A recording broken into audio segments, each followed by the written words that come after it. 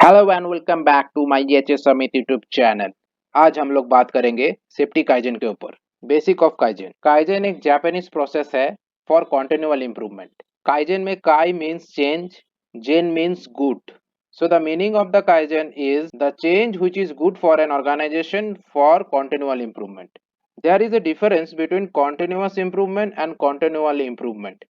As seen in the graph, in continuous improvement में organisation का improvement continuously होते रहता है एंड इन कॉन्टिन्यूअल इम्प्रूवमेंट में एक बार कॉन्टिन्यूसली इम्प्रूवमेंट होने के बाद एक टाइम तक सस्टेन करता है एंड सस्टेन का टाइम के दौरान सिस्टम में क्या क्या चैलेंजेस है उसको आइडेंटिफाई करके फिर से कॉन्टिन्यूसली ग्रो करता है एंड फिर से for a time being sustain करता है एंड फिर से नया चैलेंजेस क्या क्या आया है उसको डिटेक्ट करके उसका सॉल्यूशन करके फिर से कॉन्टिन्यूसली ग्रो करता है। Most of the companies and ISO is talks about the continual improvement. Kaizen एक प्रोसेस है जिसमें स्मॉल स्मॉल कॉन्टिन्यूअल इम्प्रूवमेंट के द्वारा ऑर्गेनाइजेशन का पॉजिटिव चेंजेस होते रहता है एंड ऑर्गेनाइजेशन का सिग्निफिकेंट इम्प्रूवमेंट एंड ग्रोथ भी होते रहता है। ये कुछ काइजेन का एग्जाम्पल है में ग्राइंडिंग मशीन में काम करने के दौरान ग्राइंडिंग का जो स्क्रैप है वो स्प्रेड आउट हो रहा है। स्क्रैप को कलेक्ट करने के लिए प्रॉपर कलेक्टर बनाना ही वन टाइप ऑफ काइजेन है। Kaizen always think for improvement. Kaizen का 3 पिलर है जिसमें फर्स्ट पिलर है हाउसकीपिंग, सेकेंड पिलर है elimination of waste, third pillar है स्टैंडर्डाइजेशन। हाउसकीपिंग में बेसिकली 6S आता है। 6S में 5S प्लस सेफ्टी। 5S के ऊपर मैं सेपरेट एक वीडियो बनाऊंगा।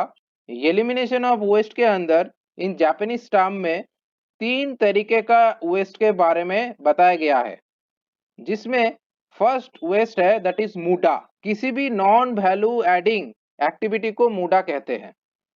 मूरी means over burden of work. Mura means uneven, imbalance, irregular performance of activity.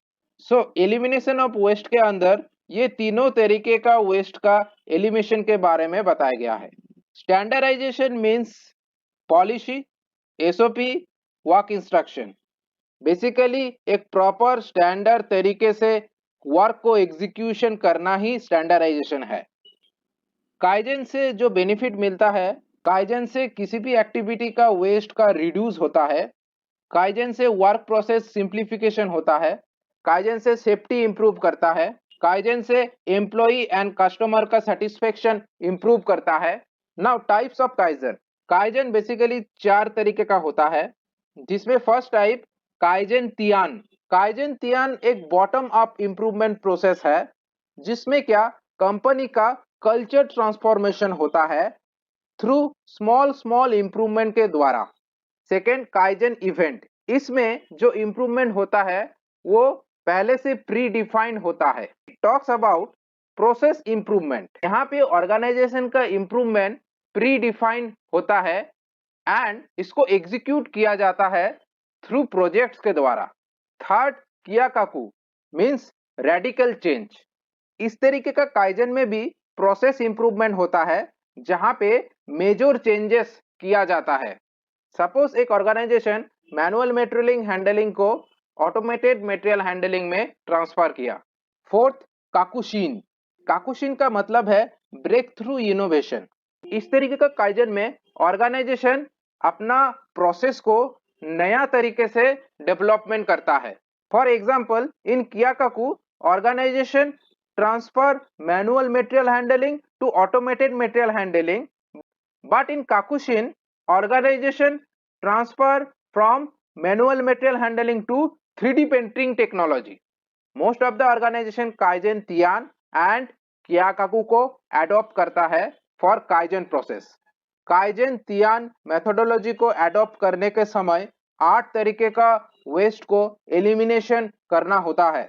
Opportunity को डिटेक्ट करना पड़ता है फॉर काइजन इंप्लीमेंटेशन, जिसमें फर्स्ट वेस्ट है किसी भी एक्टिविटी का डिफेक्ट को आइडेंटिफाई करके उसका अपॉर्चुनिटी को आइडेंटिफाई करना। सेकेंड वेस्ट है किसी भी एक्टिविटी का एक्सेसिव प्रोसेसिंग टाइम आइडेंटिफाई करके अपॉर्चुनिटी को डिटर्मिनेशन करना। थर्ड वेस्ट है ओवर प्रोडक्शन एक्टिविटी को आइडेंटिफाई करके उसका अपॉर्चुनिटी को डिटर्मिनेशन करना।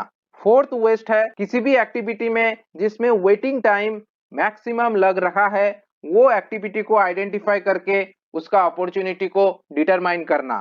फिफ्थ वेस्ट है इन्वेंट्री रिलेटेड अपॉर्चुनिटी को आइडेंटिफाई करके कॉन्टिन्यूअल इंप्रूवमेंट करना। सिक्स्थ वेस्ट है किसी भी एक्टिविटी में ट्रांसपोर्टेशन टाइम जहां पे ज्यादा लग रहा है वो एक्टिविटी को आइडेंटिफाई करके उसका अपॉर्चुनिटी को इंप्रूवमेंट करना।